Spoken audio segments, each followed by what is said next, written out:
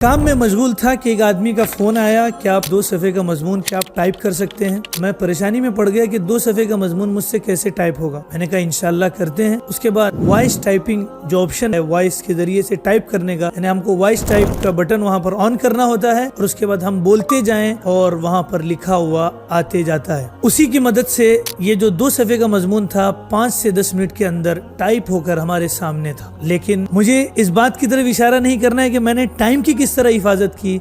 जब मैं टाइपिंग से फारिग हो गया तो मेरा जहन इस तरफ गया कि आज के डिजिटल दौर में जिस तरीके से तेजी के साथ बोली हुई बातें टाइप होकर हमारे सामने आ रही हैं, तो अल्लाह तबारक व तआला जो इन तमाम चीजों को पैदा करने वाले हैं, हमारे जो किरामन कातिबीन हैं जो दोनों कंधों पर बैठे हुए हैं, जो हमारे हर चीज को लिख रहे हैं, वो चीजें हमारी लिख कर कल को हमारे सामने हाजिर हो जाएंगी। जो भी चीज हमने बोली होगी वो हमारे सामने हाजिर हो जाएगी। तो इस वॉइस टाइपिंग के जरिए से मेरा जहन इस तरफ चला गया। सोचा आपसे शेयर